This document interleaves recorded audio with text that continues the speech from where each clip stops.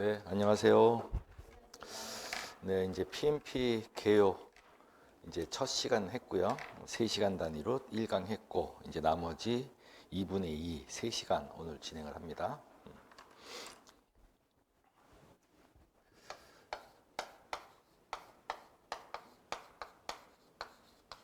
지금 저희가 이제 7 에디션을 이제 공부를 하고 있고요.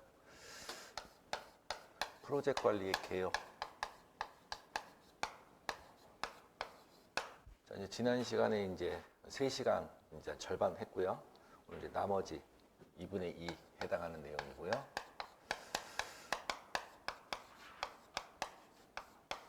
네, 교재 페이지는 이제 30페이지 이제 시작을 할 거예요.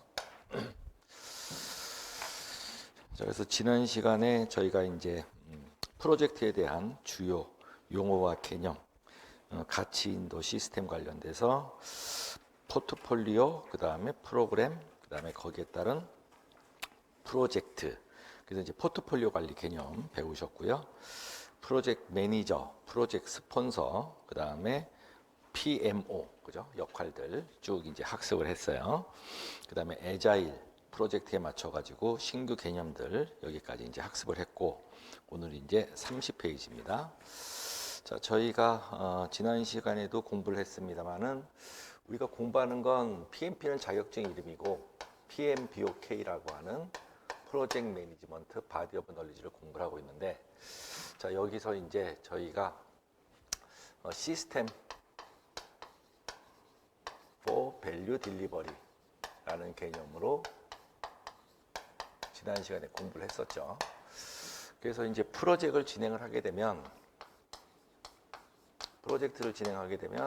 우리가 이제 흔히 말하는 고객사가 여기 있고, 그 다음에 이제 보통 프로젝트가 이제 전문 기업을 통해서 외주를 통해서 하다 보니까 여기 프로젝트 전문 조직이 있는 거죠. 그럼 여기는 이제 요구사항을 얘기하죠. 본인들이 원하는 결과물이 어떤 모양으로, 그게 이제 범위가 되겠죠. 어느 일정 안에 어느 정도 뭐 페이먼트, 그죠? 대금을 가지고 어떤 모양으로 검수까지 완료해야 되는지. 자, 그러면 이제 프로젝트 전문 조직은 거기에 맞춰 가지고 리퀘어먼트 받아서 스코프로 만들고, 스코프 내에서 이제 요구사항에 들어간 일정 맞춰 가지고 요 이제 페이먼트에 관련된, 그죠? 코스트 최대한대로 들여 가지고 관련돼서 이제 검수를 받기 위한 퀄리티. 그래서 이런 것들이 이제 다 들어가 있는 게 이제 딜리버러블이죠. 최종 산출물. 그래서 요거를 이제 최종 산출물로 이제 제공하면, 그죠? 제공하면 프로젝트가 끝난다. 이제 요게 이제 6 에디션이고, 7 에디션은 이제 요 딜리버러블 플러스 고객사가 기대하는 거. 그래서 이 산출물 가지고 업무에 이용해 보니까 뭐 매출이 올랐다든지, 그죠? 도움이 됐다든지 이런 기대 사항을 포함해서 요걸 이제 밸류라고 했어요. 그래서 7 에디션에서는 프로젝트 관리를 위해서는 고객한테 산출물만 주려고 하지 말고, 최종 산출만 주려고 하지 말고 밸류를 제공하게끔 유기적으로 유기체를 가지고 해라. 이런 개념을 이제 얘기했었고요. 그거를 이제 한 번 더 30페이지에서 보는 거죠. 그래서 이제 밸류 대비 이제 프라이스, 가격이 기본적으로 나오게 되는 거죠. 그래서 첫 번째 점에 보시면은 당연히 해당 조직의 이해관계자, 고객사겠죠. 그죠? 고객사가 요구하는 산출물이 있고, 그 산출물 플러스 그들의 기대사항인 가치를 제공하고, 그리고 이제 프로젝트 전문 회사는 거기에 대해서 이제 페이먼트, 대가를 이제 받으면 되는 거죠. 그래서 이제 이런 관점에서 봐야 된다는 얘기예요.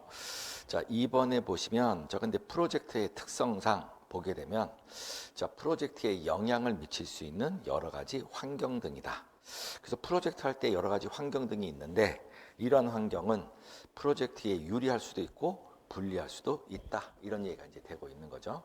그러니까 프로젝트가 우리만 열심히, 그러니까 여기 있는 프로젝트 전문 조직만 열심히 하고 고객사만 참여를 잘한다고 되는 게 아니라 내적, 외적으로 뭔가 영향을 받는다 이거죠. 환경의 영향을 기본적으로 받게 되어 있다라는 얘기입니다.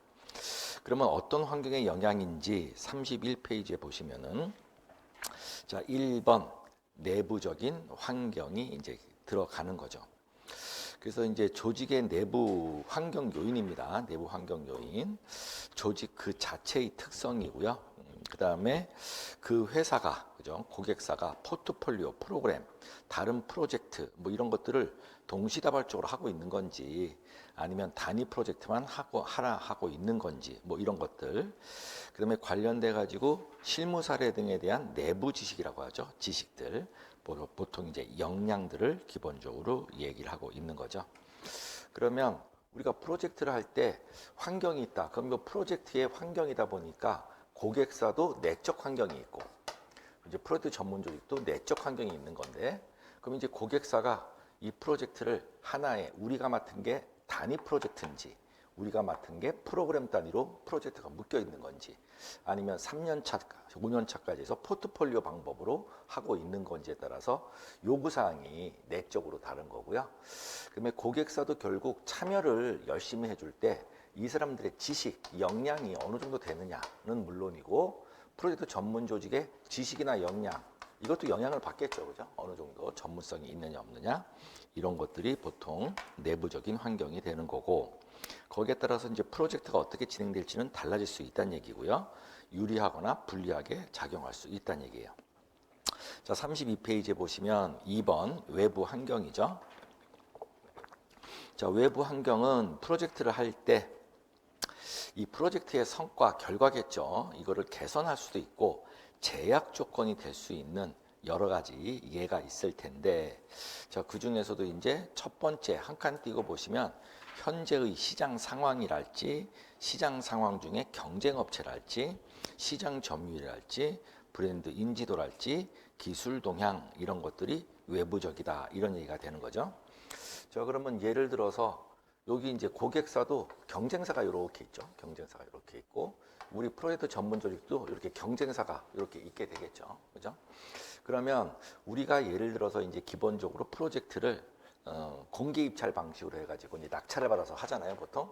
그럴 때 쉽게 말해서 이제 우리 전문 조직 말고도 이 경쟁사들도 RFP, 그죠? 제안 요청서에 제안을 같이 했겠죠, 그죠? 그러다 보면은 고객 입장에서는 괜찮은 후보가 우리 회사 포함해서 한 3군데가 더 있다 이거죠. 그럼 뭐 가격 내고 이런 거 뭐 들어오겠죠, 그죠? 우리랑 하고 싶으면. 그럼 이제 이런 것들이 우리 프로젝트에 영향을 끼칠 수 있게 된다는 얘기죠. 근데 프로젝트에서 필요한 기술이 요구된다. 그래서 그 기술을 우리가 얼마나 잘 기술 동향이 어디까지 가 있느냐에 따라서 우리가 내부적인 역량이 외부적으로 그 기술을 쫓아갈 수 있는 건지 이런 것들이 기본적으로 외부적인 환경들 뭐 기타 그 밑에 보시면 사회적 문화적 영향이랄지 정치적 그다음에 다음 줄에 보시면 규제 환경 이런 것들이잖아요. 그래서 뭐 관련된 법들이 강화되어 있다든지 그러면 쉽게 프로젝트에 대해서 여러 가지 그죠 영향을 받게끔 돼 있어요. 그래서 요거를 한번 구별을 해보자라는 얘기입니다. 그래서 33페이지에 보시면 동그라미 1번 기업 환경 요인이라는 게 있어요. 그러면 우리가 프로젝트라는 이름 하에서 이쪽엔 고객사가 있고 이쪽에는 우리 프로젝트 전문 회사가 있다고 했을 때 내적 외적으로 영향을 받으니까 환경적 영향을 받는다는 얘기잖아요. 환경적 영향을 받으니까 그러면 다 합쳐가지고 내적으로 영향받는 거, 외적으로 영향받는 거 요거를 한번 구별을 해보자라는 얘기예요. 그래서 1번에 기업 환경 요인, 엔터프라이즈 인바이러멘탈 팩터라고 합니다. 이게 이제 주로 프로젝트의 외부적, 기업의 외부 환경. 그래서 이제 요거는 우리가 외부적으로는 EF라고 용어를 만들어서 붙이자 이렇게 된 거고요. 2번에 조직 프로세스 자산, 오가니제이셔널 프로세스 에셋. 요거는 이제 내부적인 환경 요인이라고 보자. 이렇게 나눠서 본 거고요. 자, 이럴 때 이제 3번 조직의 시스템을 어떻게 잘 그죠? 구성할 건지. 그래서 결국 1번에 있는 기업 환경 요인 EF, 그다음에 이제 2번에 있는 OPA 이 네 외부적인 환경에 따라서 프로젝트가 어떻게 작용될지는 조직 시스템을 잘 구현하면 되겠죠. 그래서 예시가 34페이지에 이제 나와요. 그래서 34페이지에 보시면 EF는 기업 환경 요인은 외부적인 요소잖아요. 외부적인 요소이다 보니까 우리 프로젝트 전문 회사든 고객사가 아무리 열심히 한들 우리가 아무리 통제한들 우리 통제 범위 밖에 있겠죠. 범위 밖에 작용을 할 수밖에 없게 되는 거고요. 그럼 뭐 예를 들어서 우리가 첫 시간에도 얘기했지만 건설이다. 근데 이제 건설 관련돼 가지고 건설에서 뭐 기본적으로 안전시설 요즘 이제 이런 것들 뭐 화재 이런 것들 때문에 기본적으로 이 방을 하나 만들 때 뭐 우리가 방염 벽지를 바른다든지 뭐 방염이 되는 뭐 이런 이제 소재를 기본적으로 이제 쓰게끔 되어 있는데 법이 강화돼서 방염 벽지를 뭐 5겹으로 하라든지 뭐 이런 이제 외적인 무슨 건설법이 의무화가 되게 되면 추가가 막 될 거 아니에요. 비용도 추가될 거고 일정도 추가될 거고 고객과 협의할 것도 많아지겠죠. 그러니까 이거는 우리가 아무리 프로젝트를 잘하고 우리가 범위 안에서 통제 안에서 할 수 있는 것들이 아니란 얘기가 되는 거죠.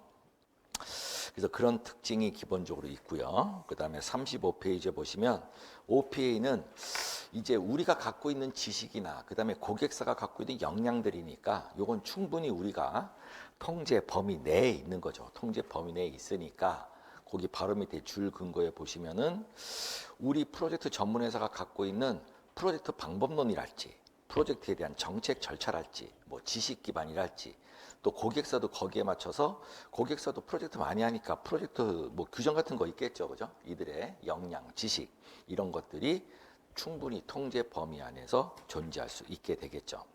그래서 요거를 이제 두 가지로 구별해서 시험 문제에 환경적 요인으로 내적 요인과 외적 요인으로 기본적으로 나오니까 그거를 이제 합쳐서 보시면 됩니다.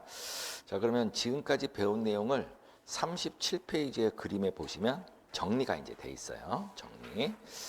그럼 37페이지 그림에 보시면 결국 우리가 프로젝트 할 때는 우리가 아무리 실력 있는 그죠 외주 기업이고 고객사도 그죠 굉장히 뭐 프로젝트를 많이 해본 고객사라 할지라도 외부 환경, 내부 환경에 영향을 받는다. 그래서 이제 제일 바깥쪽에 외부 환경, 그 다음에 내부 환경이 있는 거죠. 여기서 이제 프로젝트 관리 방법론인 PMBOK의 시스템 포 밸류 딜리버리 가치 인도 시스템을 가져가겠죠. 그죠? 그러면 고객사든 우리든 포트폴리오 중에 하나를 할 수도 있고, 그죠?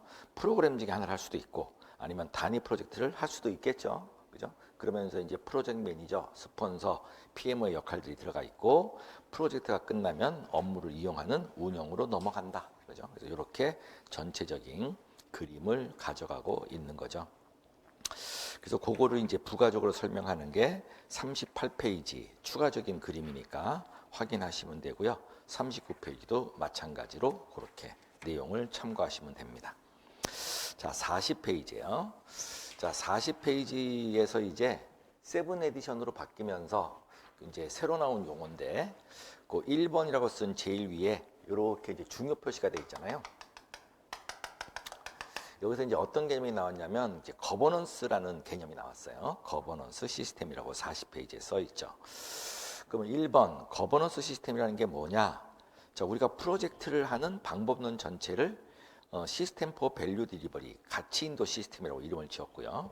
이거하고 함께 작용할 때 원활하게 프로젝트의 작업이 흐름대로 갈 수 있도록 지원도 해줘야 되고 프로젝트 할 때 이슈가 생기면 이슈도 해결해야 되고 여러 가지 의사결정을 지원하는 것을 거버넌스 시스템이라고 한다. 즉 다시 말해서 거버넌스 시스템이란 프로젝트의 업무를 하는 워크, 작업을 하는 여기에 구체적인 사람의 행동을 활동이라고 해요. 활동을 안내하는 기능, 프로세스를 갖춘 프레임워크를 제공한다. 그러므로 거버넌스 프레임워크에서는 감독, 통제, 가치 평가, 구성 요소 간 통합 의사결정에 역량 요소가 포함될 수 있다란 얘기예요. 자, 그러면 새로 생긴 거버넌스란 개념은 영어로는 이제 이렇게 쓰는데 그러면 이제 우리가 프로젝트를 실무적으로 구체적으로 설명하는 게 PMBOK의 방법론인데 이번 방법론의 이름은 밸류 딜리버리를 위한 시스템이라고 이름을 지었다 이거죠.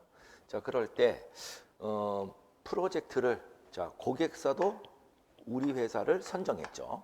우리도 고객사에서 낙찰을 받았고 둘이서 계약서도 쓰고 계약서 써가지고 이제 프로젝트 진행을 쭉 하겠죠. 자, 그러면 여기서 의사결정 단계가 생겼죠.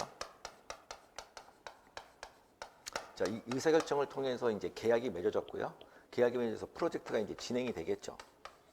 프로젝트가 진행될 때 고객사 입장에서도 프로젝트 진행할 때 우리가 기본적으로 말하는 계약금 지급해야 되고 계약금 조건 같은 거 있을 것이고 우리도 이제 계약금 받아가지고 프로젝트 이제 어떻게 할지 다 이런 것들이 전부 다 회사의 의사결정과 관련된 그래서 프로젝트 시작부터 끝에까지 여러 가지 의사결정 즉 다시 말해서 의사결정을 하는 정책, 절차 이런 것들이 잘 구조화되어 있어야 되겠죠.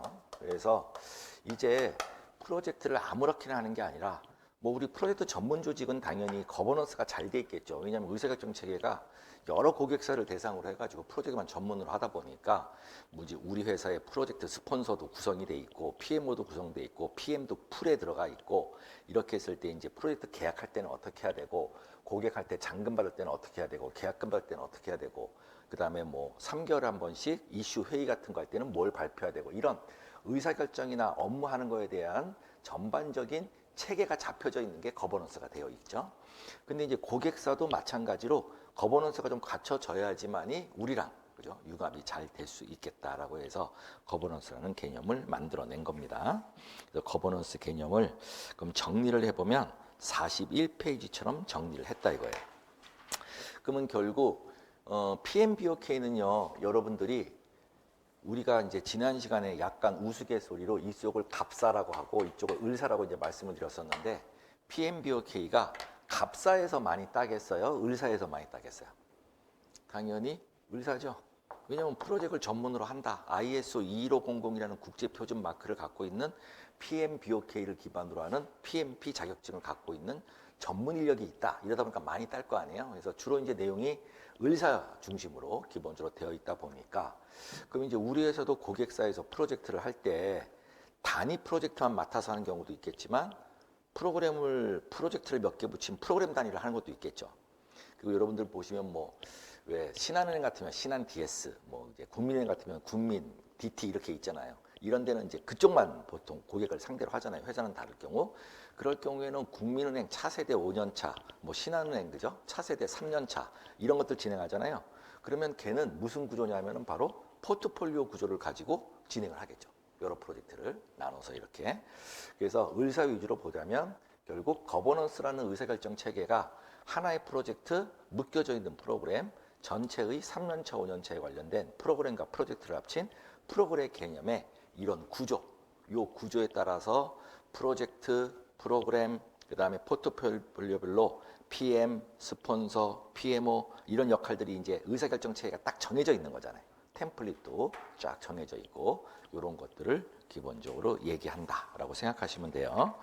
그럼 결국 거버넌스라고 하는 건 프로젝트가 잘 진행될 수 있도록 의사결정 체계를 갖고 있는 건데 이 의사결정 체계가 결국 구조화를 해보면 결국 PPM 안에 들어가 있죠. 세 개의 포트폴리오, 그 다음에 프로그램, 프로젝트에 프로젝트 포트폴리오 매니지먼트에 기본적으로 들어가 있더라 그런 얘기죠.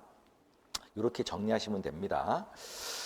너무 어렵게 접근하지 마시고요. 수업 시간에 배운 내용 위주로만 잘 정리하셔도 시험에 크게 문제가 없어요. 자, 그럼 이제 43페이지에서는 이제 프로젝트를 그러면 구체적으로 할 때는 조금 전에 보신 이 거버넌스 구조는 결국 3년차, 5년차짜리 포트폴리오냐.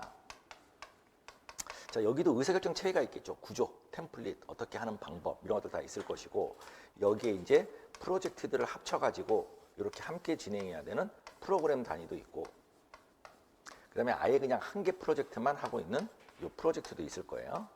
요걸 체계를 잘 갖춰서 의사결정이나 템플릿을 갖고 있고 팀을 어떻게 구성하고 누가 어떤 의사결정을 하느냐가 정해져 있잖아요. 그러니까 보통 여러분들 주식회사 이상이나 공공기관 가보면 거버넌스가 다 잘 돼 있어요, 안 돼 있어요? 다 잘 돼 있잖아요. 조직도에 회장님 있고 사장님 있고 본부장 있고 다 역할들이 있고 해야 되는 일도 다 정해져 있잖아요. 지침, 정책들. 그렇게 되니까 프로젝트도 거버넌스가 필요하다 이제 그런 개념이 되는 거고요. 그럼 이제 프로젝트는 결국 사람이 하는 거니까 이 프로젝트 팀 얘기를 안 할 수가 없는 거죠. 사람이 모여서 하는 프로젝트 팀 얘기를 지금부터 이제 해봅니다. 자, 그럼 44페이지에서 이제 전 세계적인 사례를 몇십 년 동안 모아봤더니 프로젝트가 관련된 팀인데요.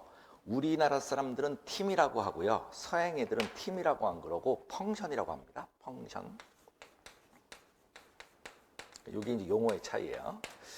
그래서 이제 전 세계적으로 한번 쭉 조사를 한번 해봤어요. 조사를 한번 해봤더니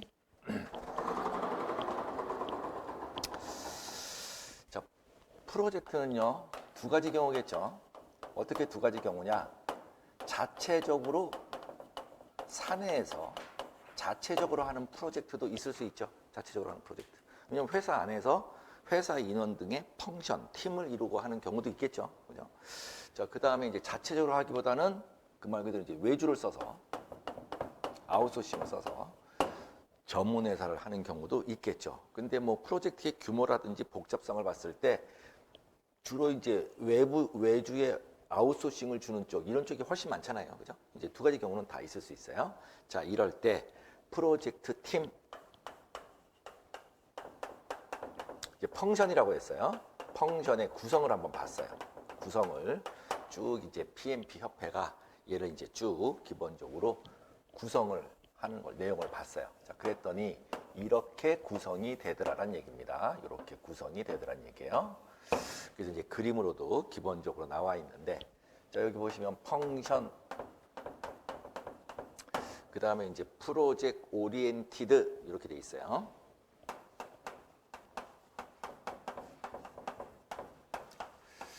그 다음에 이제 가운데가 매트릭스 이렇게 돼 있고요. 자, 여기가 이제 위크, 여기가 이제 밸런스, 그 다음에 이쪽이 스트롱, 이런 표현을 써요. 자, 그럼 이제 이게 이제 무슨 얘기를 하는 거냐면, 지금 현재 자체 사내적으로, 그러니까 고객사가 자기네들 그냥 회사 안에서 자기네들이 하는 프로젝트도 있고, 그 다음에 고객사가 프로젝트를 할 때 외주 인력을 불러서 하는 프로젝트도 있고, 둘 다 포함했을 때, 자, 여기 보시면 펑션이라는 얘기가 뭐냐면은, 즉, 이 프로젝트를 하고 있는데 이 프로젝트 팀이 프로젝트 스폰서 기억나시죠? 스폰서. 그 밑에 프로젝트 매니저가 있죠. 그 다음에 프로젝트 매니저 밑에 이렇게 프로젝트 리더급들이 있어요. 이렇게. 그 다음에 리더급 밑으로 해가지고 이제 프로젝트 멤버들이 이렇게 쭉 구성이 되어 있는 형태를 보통 가지고 있는데, 이렇게 기본적으로 갖고 있는데, 얘는 전부 다 펑션이니까 조직 내에 있는 각 팀, 각 부서 팀에서, 그래서 만약에 영업부가, 즉 고객사의 영업부가 영업부 자체적인 인원으로 한다. 그죠? 영업부 자체적인 인원으로 한다. 그래서 각 펑션, 그죠? 그러면 이제 영업부 내에서 프로젝트를 하는 경우, 그러면 이제 영업부에 있는 땡땡땡 프로젝트를 영업부에 있는 팀 펑션에서 한다. 이런 뜻이 되고 있는 거고요. 그죠? 자, 그러면 고객사는 이렇게 할 거고, 그러면 외주를 불렀다. 그러면 외주 불렀을 때도 외주 회사에, 그죠? 일반 부서에 있는 사람을 불러서 했다. 이렇게 이제 생각을 해보면 돼요. 그럼 여기서 이제 사전적으로 전제될 게 뭐냐? 자, 프로젝트 전담 조직이라고 하는 게 뭐냐면, 프로젝트 오리엔티드라고 하는 게 뭐냐면, 보통 이제 우리가 봤듯이 프로젝트 전문회사, 저희 회사 같은 거, 이 전문회사는요, 지난번에도 말씀드렸듯이 풀을 갖고 있어요. 풀이라는 개념 알고 계시죠? 그래서 저희 회사도 조직도를 보면요, 이렇게 돼 있거든요. 저희 회사도 뭐 사장님 대표이사 있고요, 우리 회사도 인사부서 HR 있고요, 우리 회사도 IT 부서 있고요, 그다음에 우리 회사도 회계부서, 그죠? 어카운팅 있고요. 그 다음에 저희가 한 직원이 한 400명 되는데, 그 중에서 한 300명 가까이가 여기 몰려 있어요. 요건 프로젝트 전담 부서라고 이제 이름을 이제 제가 지을게요. 그래서 여기에는 300명이 풀로 돼 있어요. 풀. 그래서 이제 저희 법인은 주로 이제 개인정보보호법, 그러니까 대한민국의 보호자 들어가는 거 있잖아요. 개인정보보호법, 정보통신망 이용촉지 및 정보 보호에 관한 법률, 정보통신 기반 보호법, 이렇게 보호자 들어가는 거에 관련돼서 IT랑 붙어 있는 이 법적 요건에 IT GRC 법인이거든요. 그러다 보니까 이 풀에 한 250명, 300명이 있는데, 정보관리 기술사급 한 50명에서 한 60명 정도, 그다음에 감리사급 한 100명 정도, 그다음에 이제 ISMP 인증심사원 한 80명 정도, 기타 이제 뭐 소프트웨어 기술자 등급 이렇게 해서 한 300명 정도 이제 이 안에 있는 거예요, 여기. 그러니까 저희 회사 조직이 한 400명 된다고 봤을 때 상당수가 여기 들어가 있어요, 전부 다. 여기 다 들어가 있고 나머지는 우리 회사도 인사팀 있고 IT 있고 회계부서 있다 이거죠. 그러면 우리는 왜 이렇게 전체 인구의 8, 90%가 뭐 기술사, 감리사, 뭐 인증심사원 이렇게 한 이유가 우리 회사를 위해서 있는 게 아니잖아요. 우리 회사가 파는 상품이 뭐죠? 프로젝트 해주는 회사잖아요. 그러다 보니까 전담팀이 있다는 얘기예요. 전담팀. 그러면 마찬가지로 고객사를 보세요. 저 고객사도 조직도가 이렇게 있단 말이에요. 고객사도 뭐 HR 있고 다 있을 텐데 대부분 아무리 큰 회사라 하더라도 프로젝트 전문 풀 조직이 대부분 있나요, 없나요? 고객사는 대부분 없잖아요. 그죠? 무슨 얘기인지 이해되셨죠?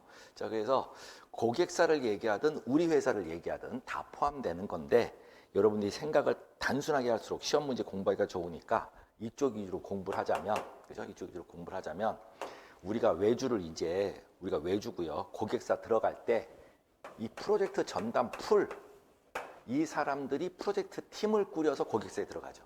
그죠? 그러면 이 형태가 된다는 얘기죠. 이 형태. 그러면 얘는 이제 어떤 형태냐? 우리 회사가 이 풀에 있는 사람 말고 HR에 있는 김 과장, IT에 있는 최 과장, 박 과장 뭐 이런 식으로 해가지고 일반 부서에 있는 직원들을 합쳐가지고 고객사 프로젝트에 들어가는 경우도 있겠다 이런 얘기죠. 즉 다시 말해서 외주 받을 경우에 이런 경우에는 보다보나 낙찰이 안 되겠죠. 그죠? 그런데 고객사에서 자체 프로젝트 할 때는 이게 없잖아요, 풀이. 그러니까 보통 어떻게 하죠? 각 부서에서 해당하는 사람들 과장, 차장, 뭐 대리 불러가지고 몇 명 모아서 하잖아요. 그래서 주로 이쪽은 사내 프로젝트가 많다 이거지. 자체 프로젝트가 이렇게 많이 구성되어 있고 외주 받아서 외주로 하는 프로젝트는 주로 전담팀 위주로 돼 있다. 이렇게 보시면 되겠죠.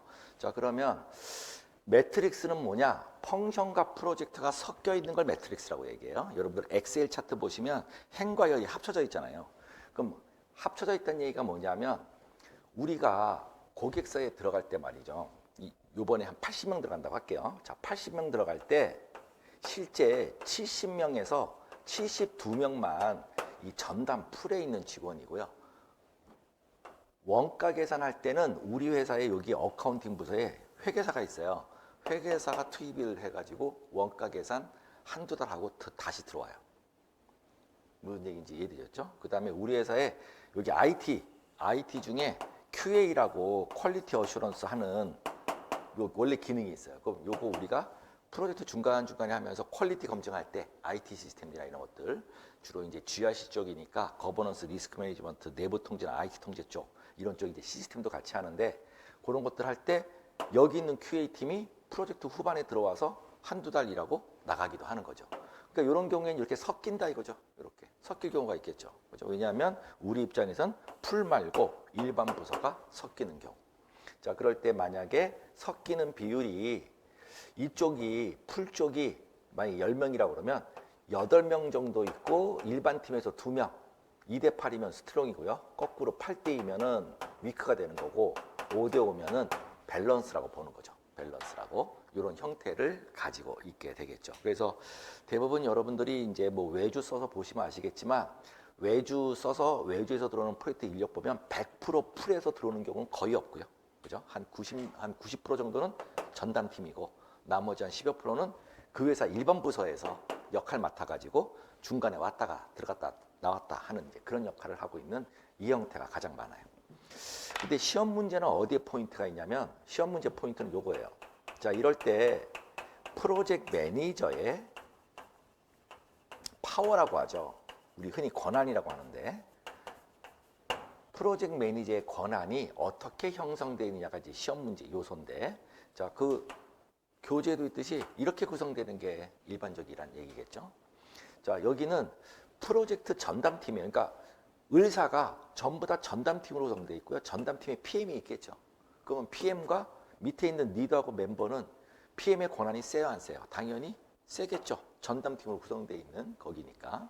자, 근데 거꾸로 사내 프로젝트 생각해 보세요, 여기.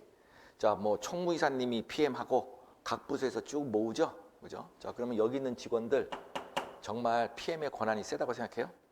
일하다가 말고 갑자기 없어지잖아요. 프로젝트 하다가. 왜 없어졌죠? 자기네 부서장이 부르니까 가잖아요. 그죠? 그만큼 힘이 약하다 이런 얘기네요. 그러면 요 구성을 이렇게 봤을 때 당연히 얘도 이렇게 구성이 되겠죠. 그죠? 이렇게 기본적으로 구성이 돼서 시험 문제에서 이제 이런 것들을 물어보더라 그런 얘기가 되는 거죠. 그죠? 이런 것들을 물어보더라. 그래서 예시를 볼 것 같으면 자 프로젝트를 하는데 사내 프로젝트를 하고 있는데 일반 부서에 요청했던 인원 무슨 말씀인지 아시죠? 일반 부서에서 요청했던 인원이 해당 날짜가 됐어요. 그래서 프로젝트 매니저가 일반 부서에 해당하는 직원 보내주세요. 이제 일을 하는 날짜가 된 거죠. 그랬더니 해당 부서장이 노하고 안 보내주더라. 그러면 매트릭스 조직 중에서 어떤 형태를 갖고 있을 가능성이 높죠? 약한 매트릭스 조직의 형태에 있다. 이런 것도 이제 시험 문제 답으로 등장하는 거죠. 그죠? 요거를 이제 알기 쉽게 제가 그림으로 그린 거고요. 실제로는 45페이지처럼 이렇게 써져 있어요. 이렇게 써져 있어가지고 45페이지에 보시면 자, 첫 번째 칼럼에 조직구조 유형 보이시잖아요. 그 유형에 보시면 두 번째 칸에 기능 조직, 요게 이제 일반 부서란 얘기예요. 일반 부서고 그 다음에 이제 한 칸 띄고 네 번째 매트릭스 스트롱 강함, 요게 이제 칠판에 그린 거. 약함, 요게 위크고 중립, 요게 이제 밸런스가 되는 거고요. 프로젝트 전담 조직이 매트릭스 중립 밑에 있는 게 프로젝트 전담 조직이라는 뜻이죠. 그죠? 요럴 때 이제 각각의 프로젝트 관리자의 역할이 어떻느냐, 자연 가능성이 어떻느냐, 누가 관리하느냐, 뭐 이런 표현을 쓰는 거니까 이거 다 복잡한 거 필요 없고요.